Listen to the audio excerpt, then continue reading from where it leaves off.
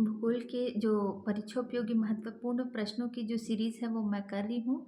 तो उसमें लगभग हमने 2 वीडियो के माध्यम से 20 शॉर्ट और लॉन्ग आंसर वाले प्रश्नों को हमने बहुत अच्छे से समझ लिए हैं।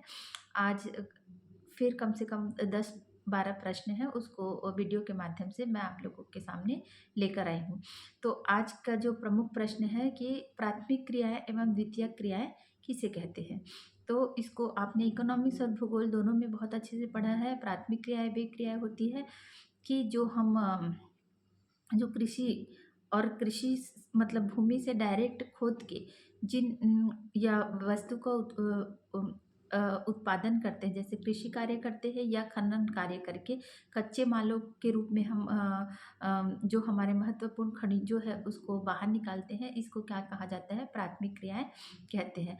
और द्वितीयक क्रियाएं किसको कहेंगे? कि जो हमारे कृषि प्रोडक्ट हैं और जो हमारे कच्चे माल के रूप में हमको खुदाई से जो कच्चे माल के रूप में वस्तुएँ प्राप्त हुई है, उन सब का प्रयोग करके, है ना? चाहे वो उसको उद्योग धंधों में उसको परिष्कृत करके उसके रूप में परिवर्तन करके या अन्य जो महत्वपूर्ण उपयोगी वस्तु का निर्माण करते हैं कारखानों या फैक्ट्रियों में, तो उन सब क्रियाओं को क्या कहा जाता है? द्वितीयक क्रियाएँ कहा जाता है।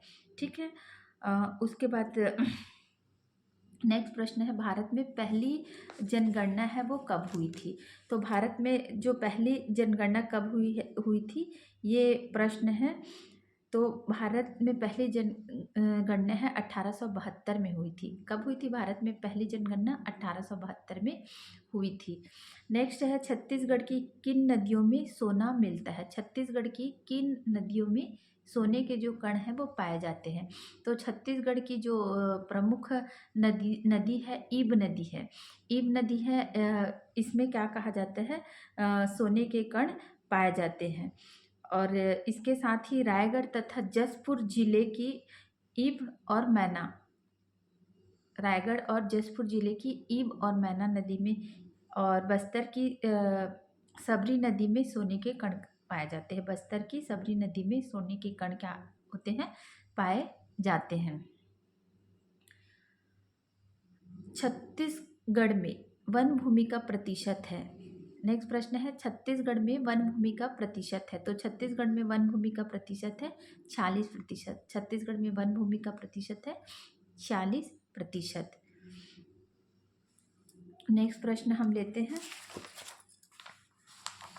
भारत में कुटीर उद्योग एवं लघु उद्योगों में अंतर स्पष्ट कीजिए। कुटीर उद्योग किसे कहते हैं या लघु उद्योग किसे कहते हैं? तो इसको भी मैं बहुत अच्छे से आपको पढ़ा चुकी हूँ, समझा चुकी हूँ कि कुटीर उद्योग ऐसे उद्योग हैं जिसको लगाने के लिए हमको बहुत ज़्यादा राशि लागत के रूप में नहीं लगानी पड़ती है, ना ही हमको बहुत बाहर से बहुत ज़्यादा श्रमिक या मशीनरी लगानी होती है। इसको जो घर के सदस्य हैं वे कम लागत में आपस में मिलकर वस्तुओं का जो साथ में कार्य करके वस्तु का उत्पादन करते हैं, उसी को क्या कहा जाता है? कुटीर उद्योग के अंतर्गत शामिल किया जाता है।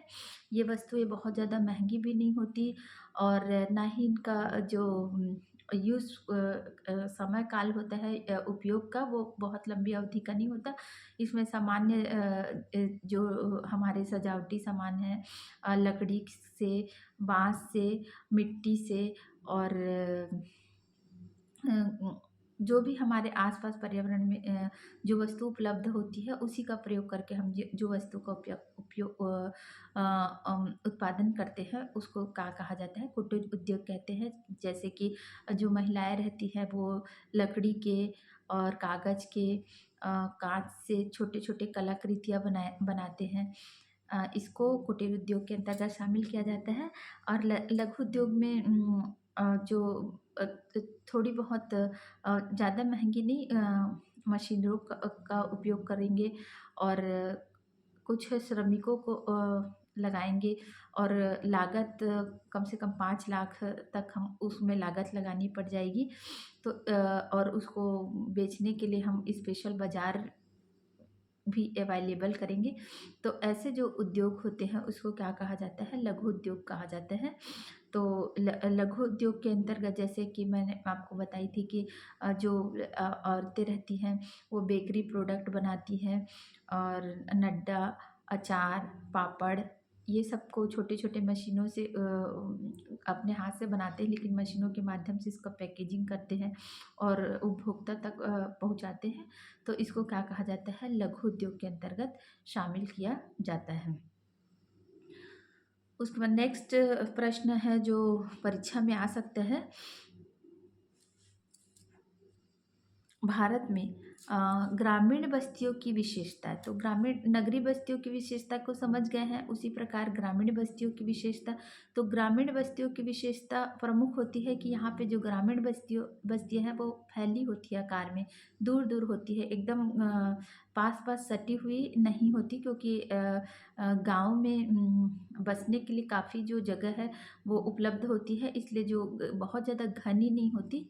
ये ग्रामीण बस्तियों का आकार रहता है वो क्या बोलते हैं, काफ़ी छोटा भी होता है और जनघनत्व भी काफ़ी कम होता है और फैला हुआ रहता है। दूसरा ग्रामीण बस्ती की विशेषता ये होती है कि यहाँ के लोग हैं वो अ, ज़्यादातर कृषि कार्य में लगे होते हैं और ग्रामीण बस्तियों की और ये विशेषता होती है कि यहाँ पे जो घर रहते हैं, घर भी आकार में काफ़ी बड़े होते हैं, क्योंकि हम इसमें पारिवारिक सदस्यों के साथ-साथ यहाँ जो पशुओं के रहने की भी व्यवस्था करते हैं। तो इसी कारण जो ग्रामीण बस्तियों के घर हैं वो काफ़ी बड़े रहते हैं और ग्रामीण बस्तियों का जीवन है वो अ, अधिकतर कृषि कार्य के ऊपर ही निर्भर रहता है और ये बस्ती के लोग आपस में घनिष्ठ संबंध रहता है। जैसे हम लोग शहरी बस्तियों में पढ़े थे कि यहाँ के लोगों को आपसी संबंध अ अ, औपचारिक रहता है, लेकिन ग्रामीण बस्तियों में जो सामाजिक संबंध रहते हैं वो क्या रहते हैं, प्रगाढ़ रहते हैं। ये लोग आपस में एक दूसरे से काफ़ी अटैच अटैच होते हैं। ठीक है, तो ये कुछ महत्वपूर्ण और प्रश्न हैं जो आपके परीक्षा में आने लायक है और इन वीडियो को कम से कम एक बार आप बहुत अच्छे से सुन लीजिएगा, ताकि ये रिवीजन के रूप में जो हमने पढ़ा है वो रिवीजन के रूप में आपके पास मिल सके।